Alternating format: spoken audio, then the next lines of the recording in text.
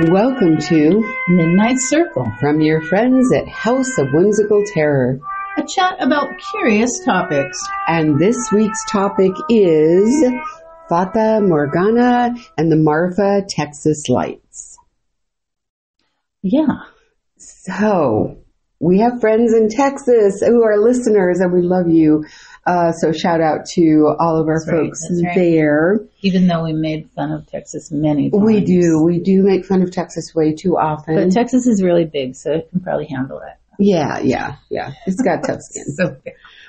Yeah. But because we have our friends in Texas, we thought we'd do a special episode on the Marfa, Texas Lights. The Marfa Texas Lights, or Marfa Ghost Lights, are a phenomenon that has been witnessed by countless people and can be witnessed today if you're in the area. These lights that appear in the sky over Marshall Flats are thought to be many things, including paranormal, UFOs, or even will-o'-the-wisp ghost lights. Off Highway 90, there is a pullout that has a prominent sign that says Marfa Lights viewing location. The first recorded viewing of the lights was by a cowboy in 1883. Isn't there a series called 1883 connected to Tombstone or no, Yellowstone? Yellowstone. I think there is. There is. I don't think there's any Marfa lights. Yellowstone origins. So by this cowboy in 1883 who reported that he saw lights that he thought were campfires, but there was no sign of where they may be coming from, as there was no evidence of a campsite. They have been mentioned in quite a few documents since. So these lights present as luminous orbs that sometimes flicker in place and sometimes move about. They can show themselves in different colors, yellow, orange, green, red, or blue, and sometimes pulsate dim to brighter. Sometimes they're aloft, and sometimes they dip close to the ground. But they have no current explanation, but much speculation. But the fact that they have a prominent sign that says Marfa Lights viewing location, I find really significant. That's all it says. That's right? Interesting. So you'll probably show up lots of times and be able to see them. They're not and if you don't know what they are, you'll probably be like, what is it? What am I supposed to be looking at? So you have to Google it. But, they don't actually have a current explanation for them. So they do have some theories, right? So I'll talk a little bit about those. So one of the theories is that there's something called a Fata Morgana, which is an Italian's phrase, and it means Morgan the Fae. Right? I love that. Morgan the Fairy, the Arthurian sorceress from King Arthur. So that is a reference to the mirages that float above the ground, and sometimes it's over the water, and it's called a superior mirage. So it's like if it's a ship, you'll see it floating above the water line. Interesting. But it's a mirage. So they're attributed to the fairies. Hence, Fata Morgana, right? They're attributed to the fairies and their ability to manipulate light and to conjure images that aren't real, because that's what fairies are, thought to do. One of the many things. One of the many. Absolutely. So the Flying Dutchman, for instance, the ghost ship. Right, is doomed to sail the seas forever. It is an example of a Fata Morgana, right? People believe that they have seen it.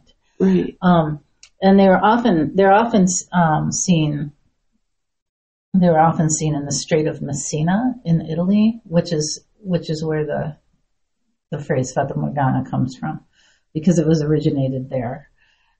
People would think that they saw a ship floating above the waterline in the strait. But it's likely that the way in which the light rays were bending and the atmospheric changes and all of those things, the way that they affect objects and the surface of the water in certain conditions were really the cause of the illusion or of the Fata Morgana. They can appear on cold days in the polar regions. And they can also appear on hot days in the deserts, which to me just means magic is everywhere. Right. So these aren't actual ships or boats that look like they're floating, they are not there.